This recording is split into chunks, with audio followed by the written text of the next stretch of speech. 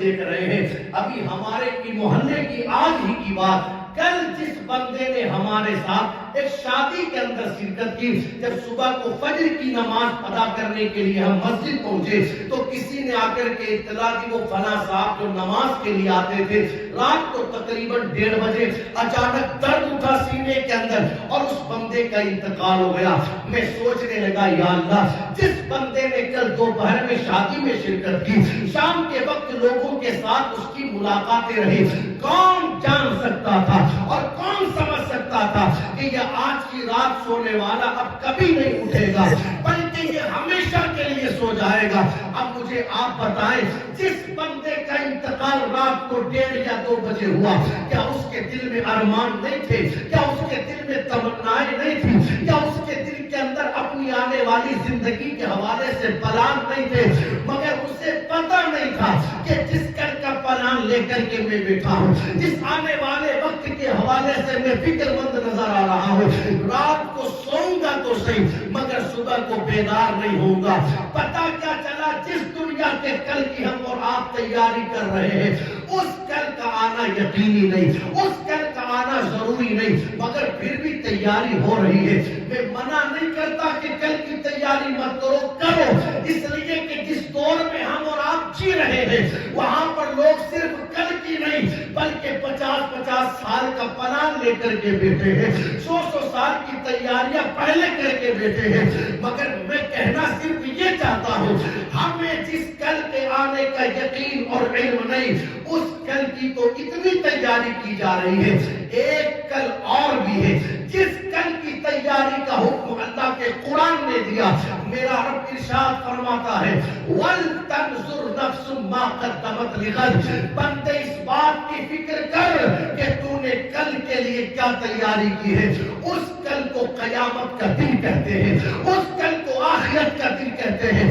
میں پوچھنا چاہتا ہوں، جس کل کا آنا یقینی نہیں، جس کل کا آنا ضروری نہیں، اس کے لیے تو اتنی تیاری۔ ہم میں سے ہر ایک بندہ اپنے گریبان میں جھانک کر کے سوچے، ہم نے قیامت کے لیے کیا تیاری کی ہے، پل صراط کے حوالے سے ہماری کیا فکر ہے، میدان محشر کے حوالے سے ہم نے کتنی کوشش کی۔ اب تو کیفیت یہ ہے لوگوں کی کہ لوگوں کے اٹھتے ہوئے جنازے دیکھ کر کے بھی لوگ آخرت کی فکر نہیں کرتے، لوگوں کو قبروں میں اتارتے ہوئے دیکھ کر کے بھی لوگ آخرت کی تیاری نہیں کرتے، بلکہ اب تو کیفیت یہ ہے کہ قبرستان پہنچنے کے بعد بھی لوگوں کو آخرت یاد نہیں آتی۔ یہاں پر مصطفیٰ جان رحمت صلی اللہ تعالیٰ علیہ وسلم کا ایک فرمان سنے۔ میرے آقا علیہ الصلوۃ والسلام نے صحابہ کی انجمن میں فرمایا، صحابہ سیأتی زمان علی امتی یحبون خمسا وینسون خمسا، ان قریب میری امت پر ایک زمانہ ایسا آئے گا کہ لوگ 5 چیزوں سے محبت کریں گے، 5 کو بھول جائیں گے۔ صحابہ نے پوچھا یا رسول اللہ علیہ السلام کن 5 سے محبت کریں گے، کن 5 کو بھول جائیں گے؟ سنیں آپ میری باتیں غور سے سنیں، مقصد میرا یہ ہے شاید کہ تیرے دل میں اتر جائے میری بات۔ دل میں اٹھنے والے جنازے صرف ایسے نہیں اٹھتے ہیں، ہر اٹھنے والا جنازہ لوگوں کے لیے نصیحت ہے، نصیحت۔ شرط یہ ہے کہ اس سے کوئی نصیحت حاصل کرنے والا ہو۔ وہ کسی نے کہا تھا نا کہ جنازہ آگے آگے رہبری کرتا ہے پیچھے چلنے والوں کی، بتاتا ہے انہیں منزل جو رستہ بھول بیٹھے ہیں۔ جب کسی کا جنازہ لے کر کے چلو تو سوچا کرو کہ خاموشی خاموشی کے اندر یہ جنازہ ہمیں کہہ رہا ہے لوگوں سنبھل کر کے رہنا، سنبھل کر۔ آج مجھے لے کر کے جا رہے ہو، کل کوئی تمہیں لے کر کے آئے گا۔ آج میرے لیے خریدا نا تم نے کفن، کل کوئی تمہارے لیے کفن خریدے گا۔ آج میرے لیے تم نے قبر تیار کی، کل کوئی تمہارے لیے قبر تیار کرے گا۔ آج مجھے غسل دیا، قبر میں اتارا تم نے، کل کوئی تمہیں غسل دے گا اور قبر میں اتارے گا۔ ہر اٹھنے والا جنازہ پیچھے آنے والوں کے لیے بہت بڑی نصیحت ہے۔ اصل چیز یہ ہے کہ کوئی اس سے نصیحت حاصل کرنے والا ہو۔ سیدنا سرکار عمر بن عبدالعزیز رحمت اللہ علیہ کی بارگاہ میں شخص گیا اور جا کر کے کہنے لگا، حضرت مجھے نصیحت کرو۔ سیدنا سرکار عمر بن عبدالعزیز فرماتے ہیں تیرے باپ کا انتقال ہو گیا یا زندہ ہے؟ اس نے کہا حضرت میرے باپ کا انتقال ہو گیا۔ اب جواب سنے سیدنا سرکار عمر بن عبدالعزیز کا، آپ نے اس سے ارشاد فرمایا نکل یہاں سے، مزے لینے کے لیے آیا ہے میرے پاس۔ ارشاد فرماتے ہیں جس بندے کو اس کے باپ کی موت نصیحت نہ دے سکی اسے بھلا عمر بن عبدالعزیز کی بات کیا نصیحت دے گی؟ مجھے بتائیں بیٹے کی نگاہوں کے سامنے باپ کا جنازہ اٹھا، اس سے بڑی نصیحت اس کے لیے کیا ہو سکتی ہے؟ بیٹے کی نگاہوں کے سامنے ماں کا جنازہ اٹھا، اس سے بڑی نصیحت ایک بیٹے کے لیے کیا ہو سکتی ہے؟ بھائی کی نگاہوں کے سامنے بھائی کا جنازہ اٹھا، اس سے بڑی نصیحت ایک بھائی کے لیے کیا ہو سکتی ہے؟ پتہ کیا چلا اٹھنے والا جنازہ پیچھے رہ جانے والوں کے لیے بہت بڑی نصیحت ہے۔ اصل یہ ہے کہ اس سے کوئی نصیحت حاصل کرنے والا ہو تو مصطفیٰ جان رحمت صلی اللہ تعالیٰ علیہ وسلم نے ارشاد فرمایا میری امت پر ایک زمانہ ایسا آئے گا لوگ 5 چیزوں سے محبت کریں گے، 5 کو بھول جائیں گے۔ پوچھا گیا یا رسول اللہ کن 5 سے محبت کریں گے، کن 5 کو بھول جائیں گے؟ سننا یہ مدینے والے کا فرمان۔ ارشاد فرمایا پہلی چیز لوگ دنیا سے محبت کریں گے مگر آخرت کو بھول جائیں گے۔ سچ بتانا کیا آج ہماری کیفیت یہ نہیں ہوگی؟ دنیا کی محبت میں انسان بھول گیا آخرت کو۔ بتائیں نا مجھے کوئی ایسی محفل کہ جس محفل میں قبر کا ذکر ہو رہا ہو، بتائیں نا مجھے کوئی ایسی بیٹھک کہ جس بیٹھک میں پرصراط کا ذکر ہو رہا ہو، بتائیں نا آپ مجھے کوئی ایسی محفل کہ جس محفل میں میدان محشر کا تذکرہ ہو۔ یہ تو ٹھیک ہے کہ کسی کے یہاں انتقال ہوتا ہے تو محفلیں سجا لی جاتی ہے اور تھوڑی دیر بیٹھ کر کے آخرت کا ذکر ہو جاتا ہے، ورنہ اس محفل کے علاوہ آپ 24 گھنٹوں میں مجھے کوئی ایک محفل ایسی بتائیں کہ جس محفل کے اندر آخرت کی فکر کے حوالے سے بات ہو رہی ہو۔ جبکہ 50 محفلیں ایسی ملے گی جہاں پر دنیا کی بات، اور ہر محفل میں دنیا کی بات، صبح شام دوپہر رات ہر وقت دنیا دنیا دنیا دنیا۔ مصطفیٰ جان رحمت نے ارشاد فرمایا لوگ دنیا سے محبت کریں گے آخرت کو بھول جائیں گے۔ دوسری چیز سننا حضور علیہ السلام کا فرمان، ارشاد فرماتے ہیں لوگ مال سے محبت کریں گے مگر حساب کو بھول جائیں گے۔ کہ یہ سچی بات نہیں ہے؟ آج پیسے سے تو ہر کسی کو محبت ہے مگر بندہ یہ بھول گیا کہ مجھے اس مال کا خدا کی بارگاہ میں حساب بھی دینا ہے۔ یہی وجہ ہے کہ بس مال آنا چاہیے، چاہے جھوٹ بول کر کے آئے تو بھی آنے دو، کسی کو دھوکہ دے کر کے آئے تو بھی آنے دو، سود اور بیاج کے ذریعے آئے تو بھی آنے دو، کسی کا جیب کاٹ کر کے آئے تو بھی آنے دو، کسی کا دل دکھا کر کے آئے تو بھی آنے دو۔ اس لیے کہ ذہن میں صرف مال کی محبت بس گئی، انسان یہ بھول گیا کہ مجھے اس مال کا خدا کی بارگاہ میں حساب بھی دینا ہے۔ اگر ذہنوں کے اندر یہ تصور رہتا کہ خدا کی بارگاہ میں اس کمائے ہوئے مال کا حساب بھی دینا ہے، مال بعد میں کمایا جاتا، سچ پہلے بولا جاتا، مال بعد میں کمایا جاتا، حلال طریقہ پہلے اختیار کیا جاتا، مگر جب سے یہ تصور ہمارے ذہنوں سے نکلا کہ ہمیں خدا کی بارگاہ میں اس کمائے ہوئے مال کا حساب بھی دینا ہے، کیفیت یہ ہے کہ انسان نے حلال اور حرام کی تمیز ختم کر دی، جائز اور ناجائز کا فرق ختم کر دیا۔ ورنہ آپ بزرگان دین کی زندگی اٹھا کر کے پڑھے تو ان کی مبارک زندگیوں کے اندر یہ پہلو بھی نظر آتا ہے کہ قسم خدا کی مال بعد میں کماتے تھے، پہلے جائز اور ناجائز میں فرق دیکھا کرتے تھے، حلال اور حرام کے درمیان فرق دیکھا کرتے تھے۔ کروڑوں حنفیوں کے مقتدی اور پیشوا جنہیں دنیا سیدنا سرکار امام اعظم ابو حنیفہ رحمت اللہ علیہ کے نام سے جانتی اور پہچانتی ہے، وہ سیدنا اپنا سرکار نعمان بن ثابت المعروف امام اعظم ابو حنیفہ رضی اللہ تعالیٰ عنہ، جن کو اللہ تبارک و تعالیٰ نے وہ مقام اور وہ مرتبہ عطا فرمایا کہ مصطفیٰ جان رحمت نے اپنی ظاہری زندگی کے اندر ارشاد فرمایا تھا کہ علم اگر سوریا ستارے کے قریب بھی چلا جائے تو فارس کے بیٹوں میں سے کچھ ایسے ہوں گے جو وہاں سے اس علم کو لے کر کے آ جائیں گے۔ محدثین فرماتے ہیں اس حدیث کے اندر جس ذات کی طرف اشارہ کیا گیا ہے اسے امام اعظم ابو حنیفہ کہا جاتا ہے۔ اور سیدنا سرکار امام اعظم ابو حنیفہ، کتنا اونچا مقام، کتنا اونچا مرتبہ امام اعظم کا۔ مگر میں کہتا ہوں امام اعظم کوئی ایسے ہی نہیں بنتا۔ امام اعظم امام شافعی، امام مالک، امام احمد ابن حنبل کے کوئی ایسے نہیں بنتے ہیں۔ صرف رمضان شریف کے اندر جو ذات 61 قرآن مکمل کرے اسے امام اعظم کہتے ہیں۔ صرف ماہ رمضان میں ایک قرآن رات میں، ایک قرآن دن میں، رات کے جوڑو تو 30، دن کے جوڑو 30، اور ایک قرآن تراویح میں مکمل فرماتے تھے۔ صرف ماہ رمضان میں جو ذات 61 قرآن مکمل کرے اسے امام اعظم کہتے ہیں۔ اور جہاں آپ کا انتقال ہوا، جس جگہ سے جنازہ اٹھا، اس جگہ امام اعظم نے 7000 قرآن مکمل فرمایا۔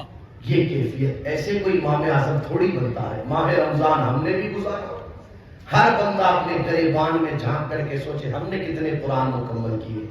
معاف کریں، کیفیت یہ ہے، قرآن مکمل کرنا نہ کرنا یہ تو بات کی بات۔ ماہ رمضان میں بھی لوگ یہ تلاش کرتے ہیں کہ سورہ تراویح کہاں ہو رہی ہے۔ ایک سال میں تجھے ایک موقع ملا دوست کہ تو قرآن سن لے، پورا سال تو نہ تو پڑھ سکا نہ سن سکا، ماہ رمضان ملا تجھے تاکہ تو قرآن سن لے، اور اس موقع پر بھی تو یہ تلاش کرنے چلا ہے کہ علم ترا کہاں ہو رہی ہے۔ ایسے کوئی امام اعظم نہیں بنتا۔ جہاں سے جنازہ اٹھا اس جگہ 7000 قرآن مکمل فرمائے۔ اور آپ دیکھیں امام اعظم ابو حنیفہ رحمۃ اللہ علیہ، اللہ اکبر، آپ کے مبارک زمانے کے اندر بکری چوری ہو گئی۔ کیا چوری ہو گئی؟ توجہ ہے آپ کی، سننا غور سے، اور پھر دیکھنا کہ کوئی امام اعظم ایسے نہیں بنتا ہے۔ بکری چوری ہو گئی امام اعظم ابو حنیفہ کے زمانے میں۔ تو ایک شخص آیا، حضرت دعا کر دیں، بکری چوری ہو گئی۔ امام اعظم نے اس آنے والے کو تسلی دی اور بھجوا دیا، اور پھر اس کے بعد آپ نے بکریوں کے کسی ماہر کو بلایا جو جانکار تھا بکریوں کا، اور اس سے پوچھا یہ بتا کہ ایک بکری زیادہ سے زیادہ کتنے سال تک زندہ رہ سکتی ہے؟ اس نے کہا حضرت زیادہ سے زیادہ 60 سال تک۔ امام اعظم ابو حنیفہ رحمۃ اللہ علیہ نے ان 60 سالوں کے درمیان گوشت کھانا ہی بند کر دیا۔ غلاموں نے کہا سرکار وہ تو دعا کروانے کے لیے آیا تھا اور 60 سال گزر گئے، آپ نے گوشت کھانا ہی چھوڑ دیا بکرے کا۔ ارشاد فرماتے پتہ نہیں اس بندے کی جو بکری چوری ہوئی ہے اسے کون کب لے جا کر کے کسائی کی دکان پر بیچ دے اور کسائی اسے ذبح کرے، اور ہو سکتا ہے کہ اسی دن اس کا گوشت میرے گھر میں آ جائے اور میں اسے کھا لوں تو میری زندگی پر اس کا اثر کیا پڑے گا۔ یہ امام اعظم ابو حنیفہ رحمۃ اللہ علیہ، آپ سوچیں جن مقتداؤں اور جن پیشواؤں کا حال یہ تھا کہ اگر شہر کے اندر بکری چوری ہو جائے تو صرف اس وجہ سے 7 سال تک گوشت کھانا بند کر دیا کہ کہیں اس چوری ہوئی بکری کا گوشت میرے گھر میں نہ آ جاوے۔ یار جن کے مقتداؤں اور پیشواؤں کی یہ شان رہی، آج انہی کے ماننے والوں کا حال یہ ہے، اوپر سے نیچے تک لوگوں کو سب پتا ہے کہ یہ حرام کا ہے، حرام کا، مگر پھر بھی پیٹوں میں اتارا جا رہا ہے۔ میں پوچھنا چاہتا ہوں یہ کیفیت امام اعظم کی بنی تھی، یہ حال امام اعظم کا ہوا کیسے؟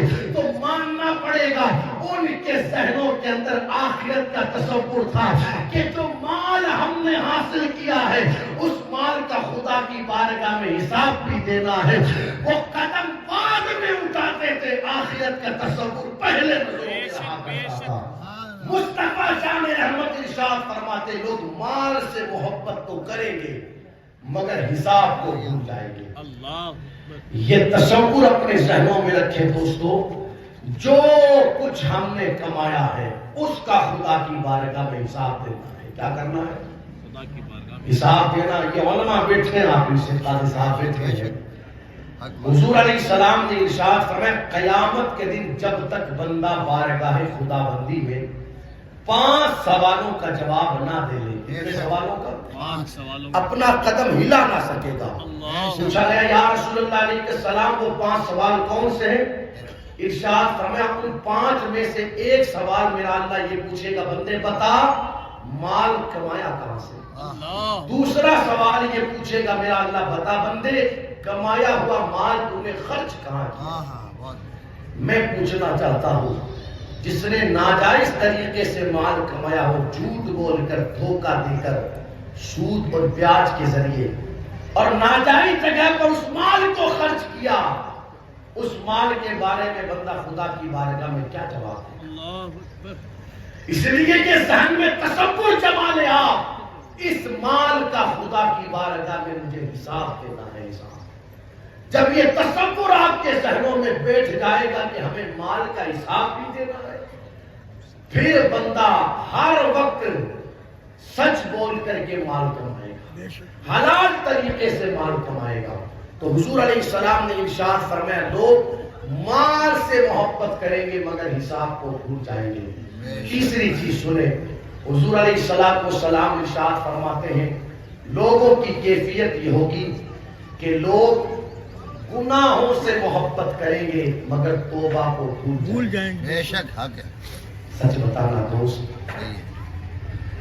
آج گناہوں سے محبت ایسی ہوئی کہ اب تو لوگ موقع تلاش کرتے ہیں گناہ کرنے کے لیے. بے شک میں بات سچی کہہ رہا ہوں. صحیح, بالکل صحیح. ایک وقت وہ تھا کہ لوگ نیکی کے موقع تلاش کرتے تھے. بازار ہم بھی جاتے ہیں, بازار صحابہ بھی جاتے ہیں, مگر ہم بازار جاتے ہیں چائے پینے, بیڑی پینے, پان کھانے.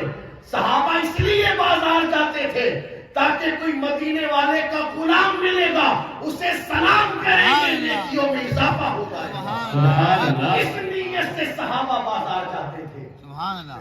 مسجد میں اذان, ہماری کیفیت یہ ہے کہ اذان تو مؤذن نے دینی ہے, ہم تو دے ہی نہیں سکتے. مگر صحابہ کی کیفیت یہ تھی کہ جب اذان کا وقت ہوتا تو ان کے درمیان یہ بحث چھڑ جاتی کہ میں اذان لگاؤں. ہر کوئی کہتا میں اذان لگاؤں, حتیٰ کہ ان کے درمیان پورا اندازی ہوتی, اور اس پورے میں جس کا نام نکلتا پھر وہی اذان لگاتا.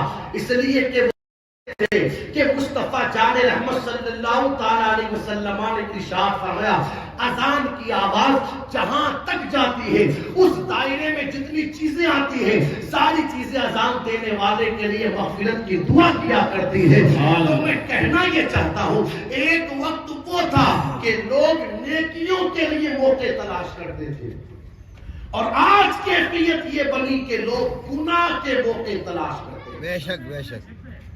اگر بات بری نہ مانے تو ایک بات کہوں, پہلے تو صرف شادی اور بیاہ کے اندر ہی ناچ کود تھا, اب تو کنڈیشن یہ ہے کہ بیٹوں کے جنم دن پر بھی ناچ کود. اب تو جناب کی شادی کی سالگرہ آئی تو اس پر بھی ناچ کود. ہر جگہ اسکول میں بچیوں کا وداعی سماروہ ہے تو وہاں پر ناچ کود. صحیح کہہ رہا ہوں میں, ہر جگہ ناچ کود, ڈھول ڈھمکا, گانا باجا. صرف ایک جگہ بچی ہے, ایک جگہ, اسے جنازہ کہتے ہیں. ڈر لگتا ہے, ڈر کہ جس قوم کر ناچنے کودنے کا, گانے باجے کا اتنا نشہ سوار ہو گیا کہ ہر جگہ ناچ کود, ہر جگہ ناچ کود. کہیں وہ اپنے ماں باپ کے جنازوں پر بھی ناچنا کودنا شروع نہ کر دے. اس لیے کہ یہ لوگوں کی کیفیت بن چکی ہے, یہ لوگوں کا حال بن چکا ہے. تو عرض یہ کرنے چلا تھا